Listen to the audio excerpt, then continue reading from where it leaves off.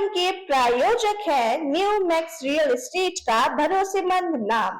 Naurang flour mill का Naurang gold चक्की fresh आटा, मैदा और सूजी। नौरंग फ्लोर मिल, आपके रसोई की शान, हमारी पहचान, शुद्धता की पहचान। नौरंग और खाटू श्याम दिल्ली धाम। नमस्कार, मैं हूं आपके साथ अग्रमा जादौन और आप देख रहे हैं बिजनेस टाइकून का खास शो। आज हम बात कर रहे हैं एक अहम आयोजन की। 16 जून 2025 को अंबेडकर भवन जनपद में व्यापारियों का एक भव्य सम्मेलन होने जा रहा है। इस आयोजन की अगुवाई कर रहा है भारतीय उद्योग व्यापार मंडल दिल्ली प्रदेश। और आज हमारे साथ विशेष बातचीत के लिए मौजूद हैं भारतीय उद्योग व्यापार मंडल के जनरल सेक्रेटरी मनीष बंसल जी। आइए स्वागत करते हैं उनका और जानते हैं इस सम्मेलन व व्यापारियों से जुड़े मुद्दों पर उनका क्या नजरिया है। सर नमस्कार, आपका बहुत बहुत स्वागत है हमारे शो पर। हम आपसे जानना चाहेंगे कि आपका व्यक्तिगत सफर यहाँ तक का कैसा रहा है और आप भारतीय उद्योग व्यापार मंडल से कैसे जुड़े। देखिए, मैं एक उद्यमी हूँ और मेरा नरेला के पास ऑटोमेटिक प्लांट है कार्टून मेकिंग का जी। इसके साथ ही गत 30 वर्षों से मैं जो गवर्नमेंट सरकारी विभाग हैं जिसमें एग्रीकल्चर और डीआरडीओ, उसमें सैनको ब्रांड से हमारी लेबोरेटरी सेटअप का पूरा कार्य है और गवर्नमेंट के प्रोजेक्ट्स लेते हैं जिसमें कि vaccine storage, animal storage, plant storage, pack houses और कोल्ड चैम्बर हम एस्टेब्लिश करते हैं जी। और शुरू से ही देखिए हम व्यापारी वर्ग से आते हैं और वैश्य समाज से ताल्लुक रखते हैं, तो ये तो हमारे खून में है कि भाई हमारे जो प्रवर्तक रहे महाराजा अग्रसेन जी एक ईंट एक सिद्धांत से समाजवाद का प्रचार करते हुए आए हैं वो, और इसी कार्य में हमें लगता है कि हम भी व्यापारियों के लिए कुछ करें।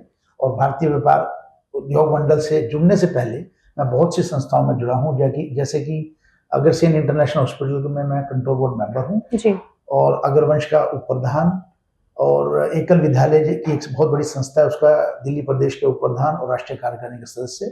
इस तरह अनेक संस्थाओं में मेरी भागीदारी रही है और इसी तरह मेरे को यहाँ महामंत्री का दायित्व दिया गया अंदाजा 2 साल पहले, जब जो मैं कोशिश कर रहा हूँ बखूबी निभा सकूं जी। तो सर, जो 16 जून को जो सम्मेलन आयोजित हो रहा है उसमें व्यापारियों की भागीदारी को लेकर क्या खास तैयारी है और इस कार्यक्रम में किस तरह के मुद्दों को जो है वो प्राथमिकता देने जाने वाली है। देखिए, हमारा कार्य ये है, बहुत सी संस्थाएं व्यापारियों के उद्धार के लिए बनी है, वो अपना अपना कार्य कर रही हैं, और हमें लगता है कि सभी व्यापारी एक मंच पर आए और जब एकता में ही शक्ति है, जब आप इकट्ठे होकर कोई बात रखेंगे वो सुनी भी जाएगी और मानी भी जाएगी। इसमें हमने जब दिल्ली का बजट माननीय मुख्यमंत्री ने सबसे एक वो मंगवाए कि आप सुझाव दीजिए, तो हमारा एक शिष्टमंडल उनसे मिला 17 मार्च को, और जिसमें हमने बहुत सारे मेन मुद्दे रखे, जिसमें से कुछ उन्होंने माने और बाकी उन्होंने कहा कि बहुत अच्छे मुद्दे हैं, अगली टर्म में इसको माने जाएंगे, और वो मुद्दे उन्होंने इस वर्ष के बजट में रखे, जो हमारे लिए गर्व की बात है।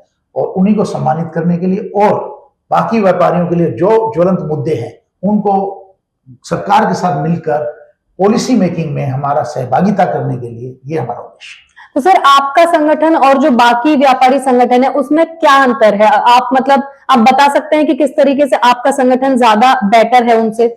देखिए, बेटर तो मैं नहीं कहूंगा, वो भी अपना कार्य कर रहे हैं, हम भी अपना कार्य कर रहे हैं और सब कुछ ना कुछ कर रहे हैं और कुछ ना कुछ सुधार हो रहा है। और अब व्यवस्था ट्रिपल इंजन की सरकार दिल्ली में बहुत वर्षों बाद आई है, जिसका लोग बेसब्री से इंतजार कर रहे थे, और हमें उम्मीद है, और हमें उम्मीद क्या, आप 3 महीनों में देख रहे हैं 100 दिन के कार्यकाल में आपने हमारी जो मुख्यमंत्री जी हैं उन्होंने एक सब्जेक्ट को, क्योंकि वो बहुत ज्यादा नॉलेजेबल है और उनको एक समस्या का पता है, तो उन्होंने एक सब्जेक्ट को उठाया है। समय तो लगेगा और हमारे को पूरा लगता है कि वो हमारा सहयोग करेंगी और व्यापारियों के लिए कुछ ना कुछ ऐसी पॉलिसी बनाएंगी भविष्य में जिनसे उनको फायदा मिले।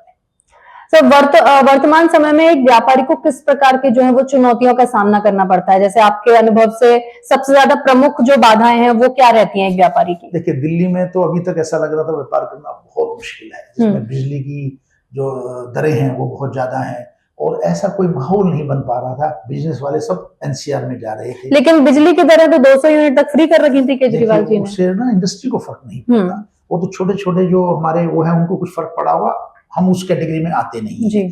जितने व्यापारी हैं उससे ऊपरी की कैटेगरी में आते हैं, और जो उन्होंने वहां कम किया वो हमारी जेब से निकाला और इंडस्ट्री को उन्होंने वजन डाल दिया, जो बड़ी दुखदायी स्थिति थी। और इसी तरह बहुत सारे मुद्दे हैं दिल्ली में। अब जो एक माहौल बनेगा वो व्यापारियों के पक्ष में बनेगा, तब ये इंडस्ट्री यहाँ पर डेवलप कर पाएंगी जी।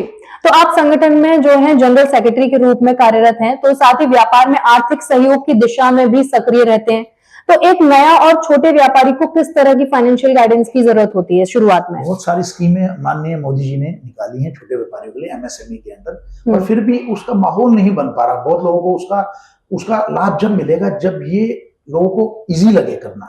ऐसे हम एक सुझाव रख रहे हैं कि कम से कम 2 लाख का एक क्रेडिट कार्ड, जैसे किसान क्रेडिट कार्ड है, उसी तरह से एक व्यापारी के लिए, ट्रेडर के लिए 2 लाख से 5 लाख का एक क्रेडिट कार्ड दें, ताकि छोटे व्यापारी को जैसे थोड़े धन की आवश्यकता हो वो उसमें से यूज कर ले और 45 दिन में 60 दिन में उसको इंटरेस्ट के साथ पेमेंट करते रहे, या विदाउट इंटरेस्ट करे तो बहुत ही अच्छा रहेगा। जी, तो ये आपकी जो है प्रस्ताव है सरकार के लिए, तो आपको क्या लगता है इस पर जो चीफ मिनिस्टर हैं या फिर आगे जो मोदी जी हैं उस पर कुछ सही मतलब राय मिलेगी आपको लगता है? लगता है देखिए, आप दिल्ली में हेल्थ में तो उन्होंने स्कीम ले ही आए, आयुष्मान भारत जो अब तक नहीं आ पा रहा था, और ये अगर हम मिलकर एक रखेंगे कि छोटे व्यापारियों के लिए आप एक व्यापारी क्रेडिट कार्ड लाएं, तो मेरे को लगता है मान ली जाएगी कि इसमें सबको फायदा मिलेगा।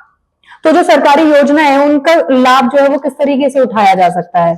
इसका प्रचार करके, प्रसार करके, और उसको सुगमता से व्यापारियों के पास पहुंचाकर, छोटे व्यापारियों को हर एक चीज में गाइड करके कि ये आपके लिए मुश्किल नहीं है, अगर कोई एड गवर्नमेंट दे रही है उसको इस तरह से लें और उसको समय पे वापस भी करें, ये भी उनका दायित्व बनना चाहिए, ये मेरा मानना है। तो दिल्ली एनसीआर जैसे बड़े व्यापारिक क्षेत्र में भारतीय उद्योग व्यापार मंडल किस तरह से जो है व्यापारियों के हितों की रक्षा कर रहा है और उनके लिए ये संगठन कितना मददगार जो है भूमिका निभाता है? देखिए, अभी हमारी वेबसाइट बनने जा रही है जो कि एक इंटरेक्टिव वेबसाइट होगी, जिसमें आप अपनी जितनी भी परेशानी है दिक्कतें लिखेंगे, तो हमारा एक बोर्ड है, उसके माध्यम से हम उसको कोशिश करेंगे सही मंच पर उठाएं और उसका जितना भी समाधान हम समय पर कर सके करेंगे। तो सर, ये जो 16 तारीख को जो अभी प्रोग्राम होने वाला है उसमें कोई भी आकर सम्मिलित हो सकता है? ये सभी के लिए ओपन है और मैं चाहूंगा ज्यादा से ज्यादा संख्या में इसमें आए, हमारा सहयोग करें, हमारा कंधा मजबूत करें। ये आवाज जब भी मजबूती से ऊपर सुनी जाएगी जब आप अपनी एकता और शक्ति का परिचय वहां देंगे, और इसी रेफरेंस में हमने ये सम्मेलन किया। तो सर, अंत में आप हमारे चैनल के माध्यम से देश भर के जो व्यापारी हैं उनको क्या कहना चाहेंगे? इस सम्मेलन को लेकर आपकी क्या विशेष अपील है उनके लिए? देखिए, एक टैग लाइन है, व्यापार है तो व्यापारी है और व्यापारी है तो व्यापार है जी। तो इसलिए ये दोनों एक दूसरे के पूरक हैं और आप हमारा सहयोग कीजिए, हम कोशिश करेंगे आपकी सारी जितनी परेशानियां हैं उसको उचित मंच पर उठाकर उसका समाधान करें। जी, तो इसी के साथ हमारे साथ अभी मौजूद थे मनीष जी, जिनसे हमने आपके व्यापारी संगठन के लिए सारी समस्याएं जो थी उसके सवाल पूछे। तो इसी के साथ आपका बहुत बहुत शुक्रिया सर हमारे चैनल के साथ जुड़ने के लिए। इसी के साथ फिलहाल इस खास बातचीत में इतना ही, आगे मिलेंगे अगले नए एपिसोड में। धन्यवाद। Thank you.